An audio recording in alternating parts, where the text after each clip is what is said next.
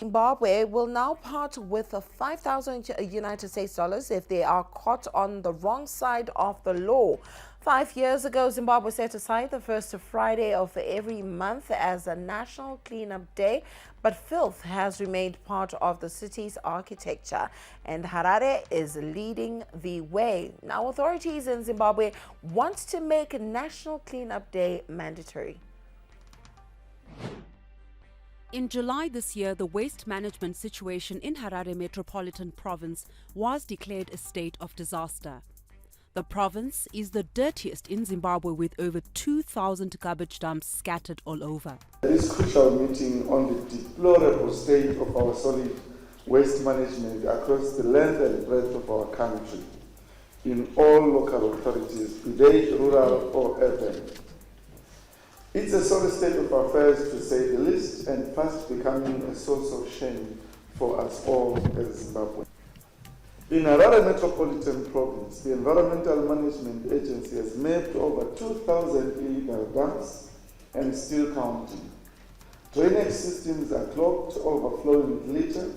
Sanitary lanes are now dump sites. Our highways are strewn with litter. With the statutory instrument being crafted, Zimbabweans are no longer just being encouraged to clean up their surroundings every first Friday of the month, but obliged to by law.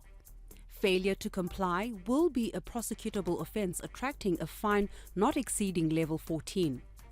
Under level 14, one will part with at least 5,000 United States dollars. Most parts of Harare have been without water since yesterday, following what city fathers said was a power failure at one of the city's main waterworks, Morton Jaffrey. In a statement, the city of Harare said the waterworks experienced power failure on Monday at around 1700 hours. Now, the power utility ZESA is said to be attending to the problem. The only areas that have been spared the water cuts include Sunningdale, Harare Airport, parts of Mbare, and waterfalls which are supplied from Prince Edward Waterworks. While the Zimbabwean government has made strides at ensuring that access to network and internet connectivity penetration improves, the 4-day strategic workshop, which started in Chinhoyi today, is focusing on coming up with ways to address challenges faced by ICT players and the community in general. CTN Prime's Conrad Mpesa is covering the workshop. Yes, indeed, the issue of tariffs, we are seized with it, and I'm sure all the telecoms operators mentioned that. And for us as a ministry, we have already written to the Ministry of Finance to see how best we can then be able to also get these tariff increases. If you then go and talk to the telecoms communicators or operators, they will tell you the challenge that we have currently is that we have not been able to increase tariffs. So we are not even able to even give a competitive connectivity. Mashonaland Western Minister of State for Provincial Affairs and Devolution, Marion Chombo, bemoaned poor connectivity in some parts of the province and called on the ministry to look into data tariffs. Many years after identifying the fact that communication and broadband costs in Zimbabwe are much higher than in comparable countries in our region, progress to address this matter has been rather slow, and services used by our people have remained expensive and in some instances unaffordable.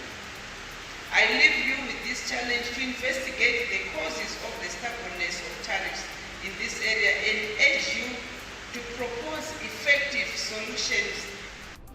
SuperSport United left-back Ronald Fumbidzai is delighted to be back in the fold with the national team and hopes that the Warriors will do better in their World Cup qualifiers against Rwanda in Nigeria next month. Fumbidzai was part of the 20-man Warriors squad, which had a 4-day training camp in Harare as part of the preparations for the qualifiers. The camp concluded in Harare on Monday. I'm happy to be back in the setup after a long time, so I just have to work hard and claim my position back. Yeah, the target is to win every game, every match. If we manage to win every match, I think we will go through. So we just have to work as a team so that we can qualify. Yeah, as for now, I can't judge because you see, the setup is new, everything, the coaches, the players.